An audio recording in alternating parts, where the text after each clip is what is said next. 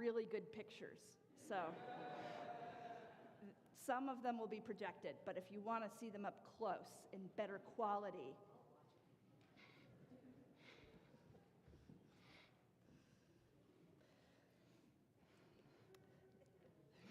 the story today is called The World Needs Beautiful Things, and it's in honor of the holiday that begins this week, Passover. And it was written by a rabbi named Leah Rachel Berkowitz, and it was illustrated by Danielle Fabry. And it's a midrash, which means it's kind of like biblical fan fiction. So somebody took some story that's in the Bible and they expanded on it. From the time he was a little boy, Bezalel loved to collect things. His eyes were drawn to shiny stones, colored strings, and even a bug if it had shiny, shimmering green wings. Bezalel brought each treasure home to his beautiful things box.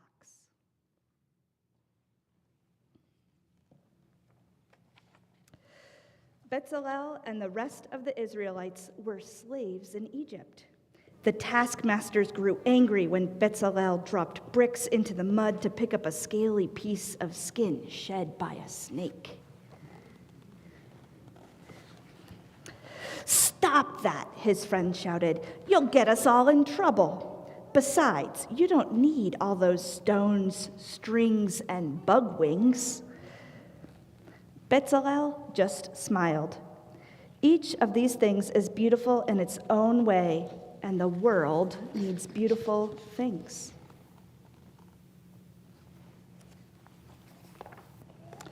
Bezalel never stopped searching for beauty and color. When his life felt gray, he took out his beautiful things box. He pressed smooth stones to his cheek, and he wrapped colorful strings around his finger, forgetting for a moment that he was a slave. One day, Bezalel heard amazing news. Pharaoh was allowing the slaves to go free, but they would have to leave Egypt immediately. The Israelites hurried to pack for their journey.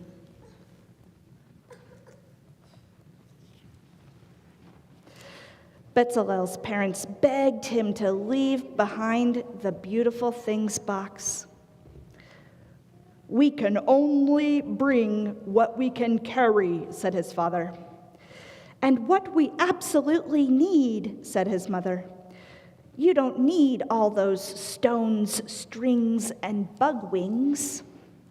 But Bezalel insisted. Each of these things is beautiful in its own way, and the world needs beautiful things. Bezalel took his beautiful things box and walked with the Israelites to freedom.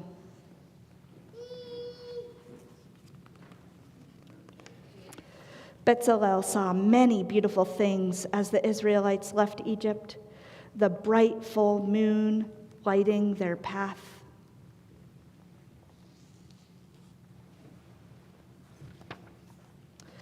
Walls of water on either side of them as they crossed the Red Sea.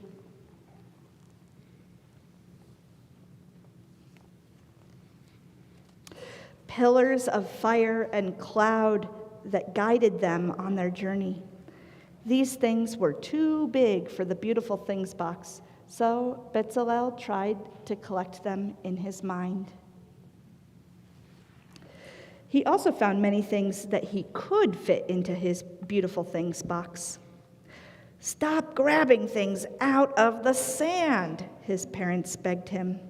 "You don't need more stones, strings, or bug wings." But Bezalel gripped onto his beautiful things box and kept on walking. One day, God called to Moses, the leader of the Israelites. "I want you to build a Mishkan, a place for me to dwell when I visit the Israelites," God told Moses. It will be like a beautiful room in your house for a special guest." Moses was flustered. "Where are we supposed to find what we need to build your house, God? We left Egypt with nothing, and we're in the middle of a desert." "The Israelites can bring me gifts," God said. "Gold, silver, and copper, strings of blue and purple and red, wood and oil and spices." "Everyone can find something," God promised, "if they know where to look." The Israelites surrounded Moses as he came down the mountain. "What does God want?" they asked.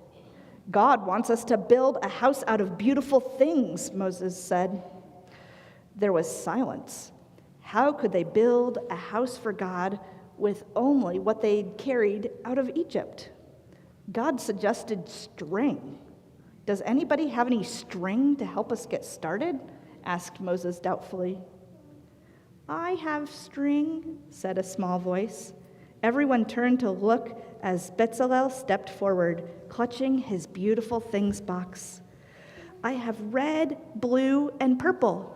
What color does God want?"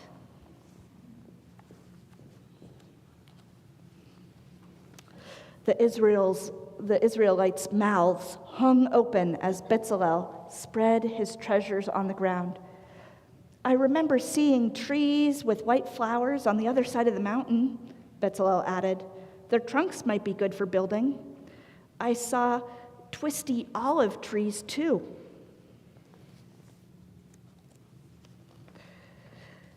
Then something strange happened. The Israelites began to see blossoms poking out of the prickly cacti and the twisty olive trees at the feet of the forbidding mountains. They started their own beautiful things boxes, and they brought them to Bezalel.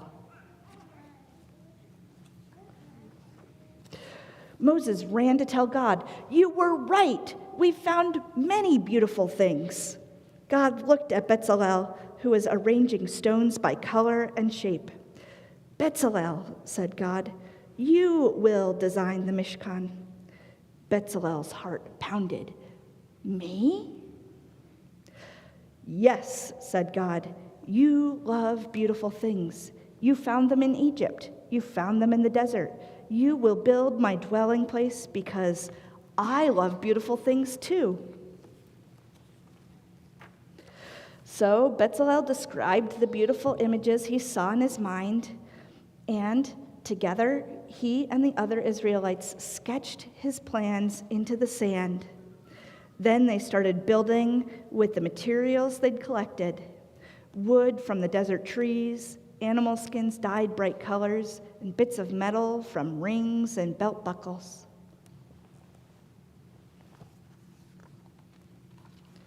And when the structure was complete, they wove tapestries, made lamps, crushed olives for oil, and mixed spices for incense.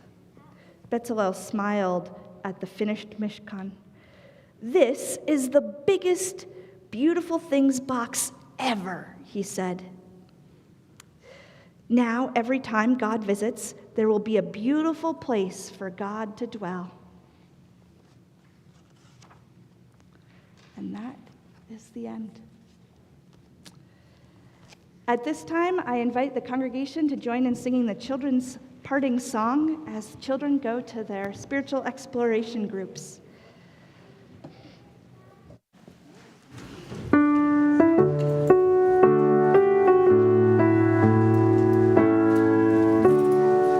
Rowan, we hold you as you go. We hold you, we hold you in our love as you go, as you go. Or we can do it a long time, son. Go as you go.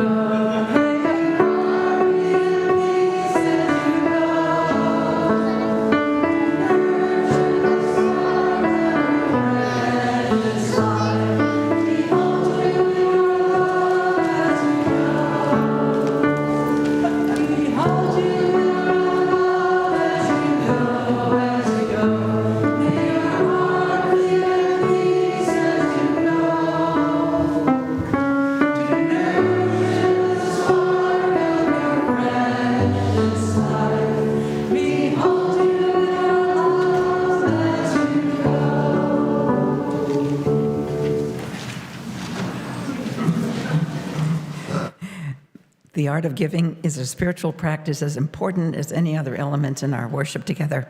Our generosity is a form of our love. Our gifts freely given help us to practice our Unitarian Universalist faith within and beyond the congregation. So each month through our community pouch program, we share part of our collection with a special organization or with the church itself. This month, beginning for the whole month of April, our giving will go to Planned Parenthood of Northern New England. And there's information in your order of service about it. But basically, we all know, they're based in Barrie, that Planned Parenthood is one of the nation's leading providers of high-quality, affordable health care, and it's the nation's largest provider of sex education. It provides health care for the insured and the uninsured. Half of our cash offerings will go to this pouch recipient. The other half will directly support the mission and ministry of our congregation. If you want to designate the entire offering to the community pouch, indicate that with a note on your check or on or attached to your check, cash rather. Checks will go to the church unless designated otherwise. You all know where the pouches are on the outer aisle. If you'll pass them towards the center aisle, please. And we're grateful to each and every one of you for your generosity this morning. So I think Pat is collecting all of the pouches, right? Okay, so let us now join in listen to our beautiful choir sing "Hope Lingers On."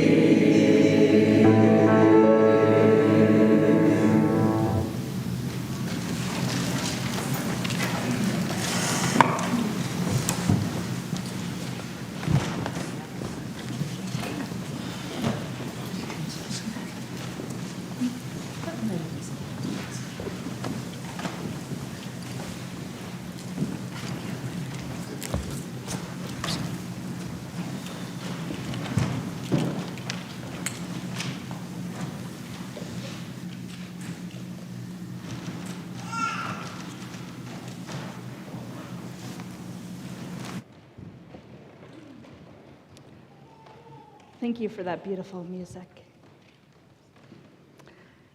I invite you all to take a deep breath as we settle into a time of meditation and prayer. Here's some words from Jess Reynolds. This prayer is for you. Yes, you. You with your mud-caked dreams and thistle-studded heart. This Clearwater prayer is for you, that your path might wander by a stream to wash your feet in and stretch of flat stone to sun them dry. I see you in the desert, burying your feet, your bare feet, to blisters in the sharp sand until you fall to your knees with the hot weight of it all. This bright and winged prayer is for you, darling, that you might find branches to shade your face and one clean breath to fill your lungs. From the shore, I cannot see your boat for the fog, but I hear you. Hear the sea shanties you sing just to keep your heart beating. Beloved, I am singing too, a harmony above the waves that is nothing but a prayer for you. Under the wide, thundering sky, I will find you.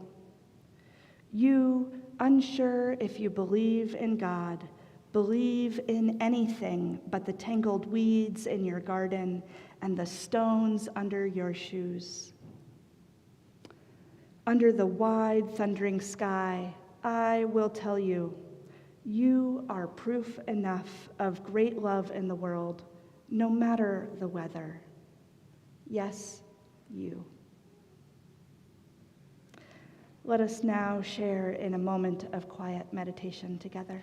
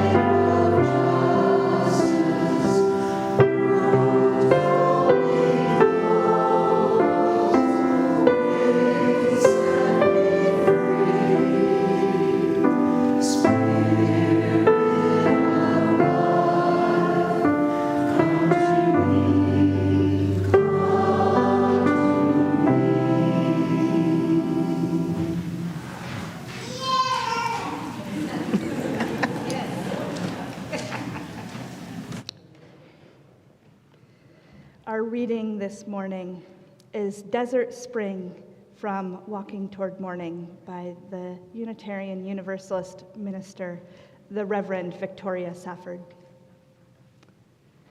They had no idea where they were going when they left that night. In the dark, without lights, without shoes, without bread, their children smothered against them so they would make no noise.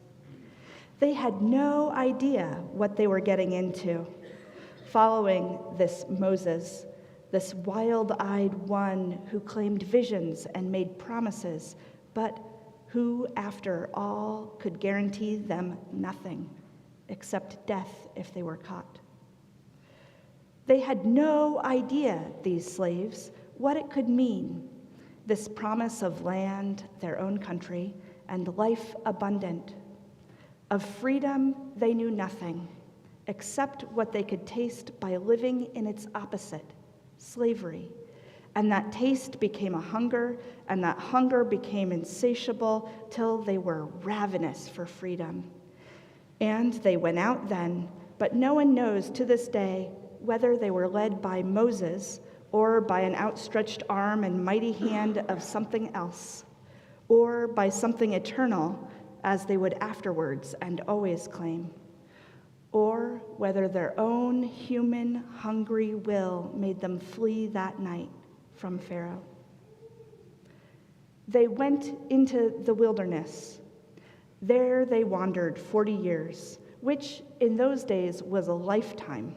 40 was a good old age, so many of them died before getting anywhere, and many of them were born in the desert and grew to adulthood knowing nothing but the journey. Not slavery, not freedom, just the going. They whined and complained and muttered, and some mutinied, for they were a stiff-necked and rebellious people. You can read it for yourself.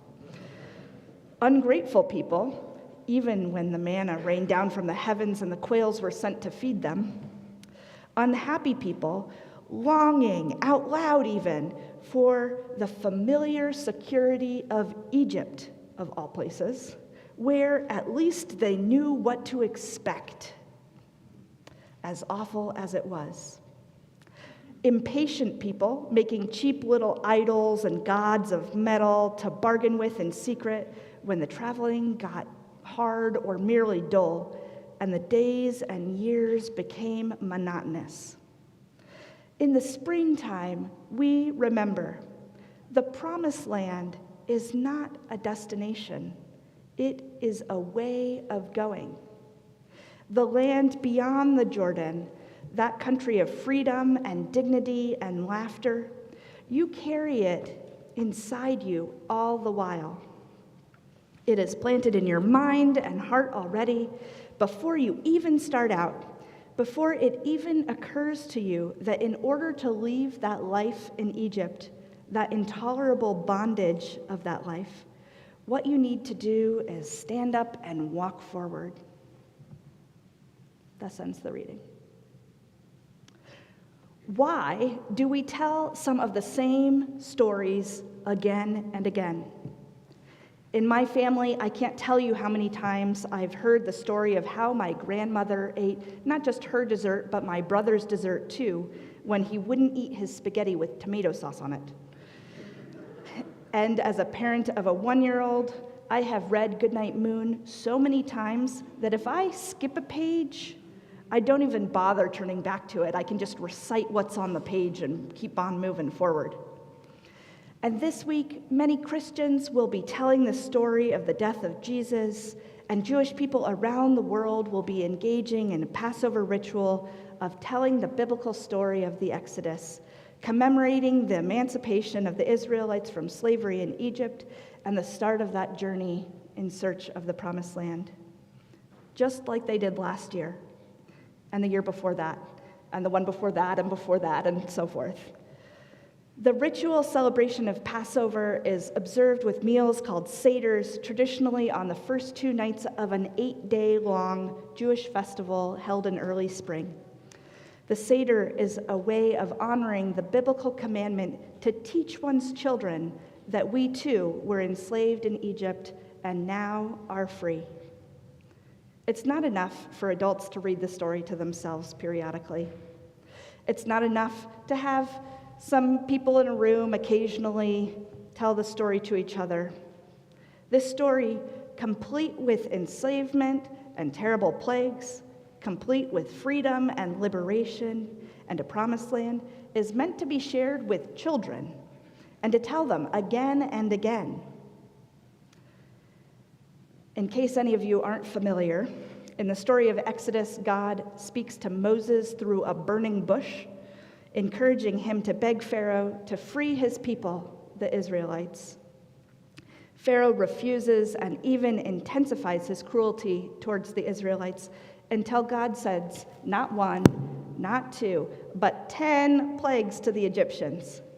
And at God's command, the Israelites sacrificed lambs at the temple and used the blood to mark their houses, so that their houses would be passed over during the final plague, the death of all the firstborn of Egypt. What a terrible plague. By the time of this last plague, the Pharaoh finally allowed those Israelites to leave. Get out of here. I don't want you. The Israelites rushed to depart in case Pharaoh might change his mind. And they baked bread for the journey without time to wait for it to rise. And they were right to worry, because Pharaoh did change his mind and decided to chase them. And at this point, the seas part, allowing the Israelites to make it through, and then the waters close up before the Egyptians can make it through. So the Israelites are safe, and God had freed them. And they headed off into the desert in search of freedom and the promised land, not yet aware that they would be seeking their destination for another 40 years. Since the 3rd century, people have fulfilled the commandment to teach their children this story by hosting and attending seders, usually at people's homes. Even though the ritual meal tends to be long, there are special roles in that for children. The word seder means order, and the ritual meal contains 15 different steps as part of the feast, and the retelling of the story of the Exodus, the dipping of bitter herbs into salt water, drinking 4 cups of wine, eating matzah. Children ask questions, both prescribed and spontaneously, as part of the liturgy of this Seder meal. People light candles and they sing late into the night. They recall all 10 of the plagues God sent to the Egyptians, and they even remove some of the wine from their glasses so as to not take joy in the suffering of their captors. In some ways, the reenacting of the story of the Exodus is not that different from us hosting a Christmas pageant like we did in December. We are imagining ourselves as part of a story interspersed with some song, though most Christmas pageants don't take place in people's houses and involve food. At Seders, people often find parallels in the Exodus story to our world today. What are our modern day plagues? What plagues us now? Who are the oppressed people subjected to these conditions today? How might we participate in working towards liberation?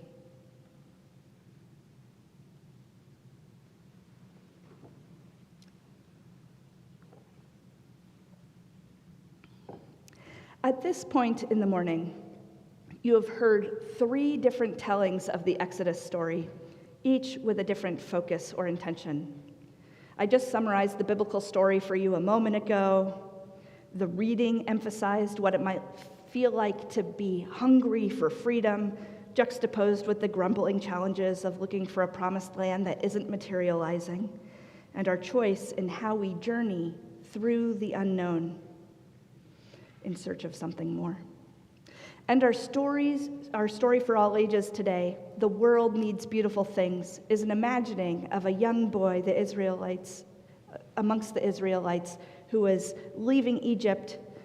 It looks at the importance of beauty and how being different from others in our community can have surprising benefits, not just to the individual, but for everyone. The Exodus story, like many sacred stories, can be told and retold in many ways, finding relevance in them and drawing out new meanings. The Seder itself, too, can be performed in new and different ways, using different readings, adding additional items to the Seder plate, such as an olive to remember the Palestinians, or using a bright red beet instead of a shank bone at a vegetarian household. Telling and retelling some of the same sacred stories and finding new meaning and relevance in them, to me, that is part of the joy of religious traditions. Each time we come back round to the same story, we find ourselves in a different moment of our own lives. The Passover story is also one where freedom and justice won. Those who were enslaved became free. The long arc of the universe, very long arc, bent toward justice, or maybe not long enough. Remembering when good triumphs over evil can motivate us in the face of hardship. It seems more possible for it to happen again when we remember that it has happened before. It also feels so good to have a victory that we often all join in it. Living in Boston when the Red Sox won the World Series made it clear that the whole city shared in that victory. It wasn't they, the Red Sox, won. It was we won. Visiting family in Seattle since the Seahawks won the Super Bowl has also made it clear that these victories are not easily forgotten, especially when everything is painted lime green and navy blue. Sometimes legislative victories have a similar impact, especially when I think about the celebrations when I was living in Washington, D.C., when Obamacare passed, or the joyful impact of the announcements of marriage equality legislations after so many of us thought that we would never be able to marry our beloveds. That kind of joy reminds us of our strength and the possibilities that collective action can have to change the status quo. Joy itself is a form of resistance. And like in the story of Bezalel, beautiful things can lift our spirits, and sharing them can help us to find connections to other people and to the divine. Justice doesn't always triumph in the short term, so it is important for us to remember our victories, to give us the strength to keep going for the longer term. I've been taught that our brain chemistry can make it really easy for us to hold on to the good things and I got that backwards. Our brain chemistry makes it really hard to hold on to the good things and really easy to forget.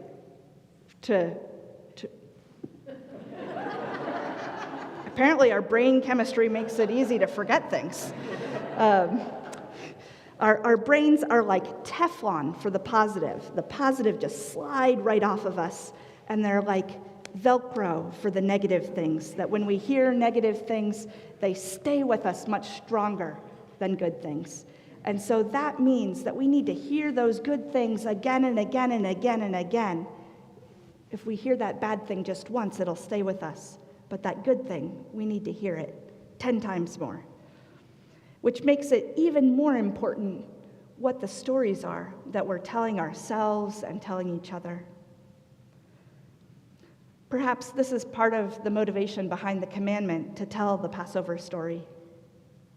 How we tell stories matters, and it shapes how we think about ourselves. The Jewish people have faced persecution and anti-Semitism for millennia, and stories like this one, the Passover story, might be part of what keeps them going. The Exodus story has also been an important story to African Americans, inspiring enslaved peoples in this country seeking freedom, as well as the leaders of the civil rights movement. This is an invitation for you to reflect on the stories that you tell. What are the stories that you tell yourself again and again? What are the refrains in your families? Is there a moment of victory from the past year that you can turn on to give yourself strength and courage? Are there stories or books or folklore or even sacred texts that you turn to again and again that give you strength and courage to continue living an ethical life, to build a loving community, to serve human need, and to protect our earth? May you take the opportunity to notice what stories you tell. May you find support in our community to tell and hear stories that move your spirit. May it be so. Please rise in body or spirit and join in singing our closing hymn, number 44 in the Gray Hymn Book, "We Sing of Golden Mornings."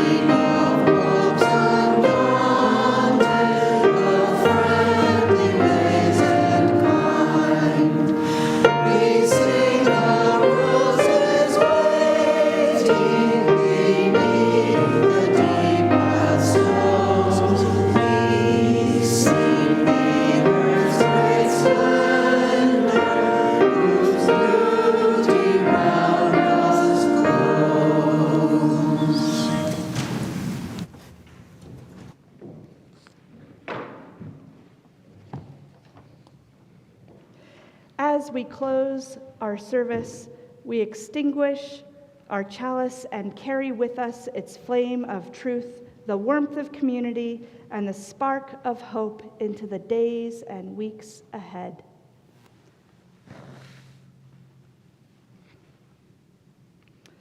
As we do so, let us say together our mission statement. We welcome all as we build a loving community to nurture each person's spiritual journey, serve human need, and protect the earth.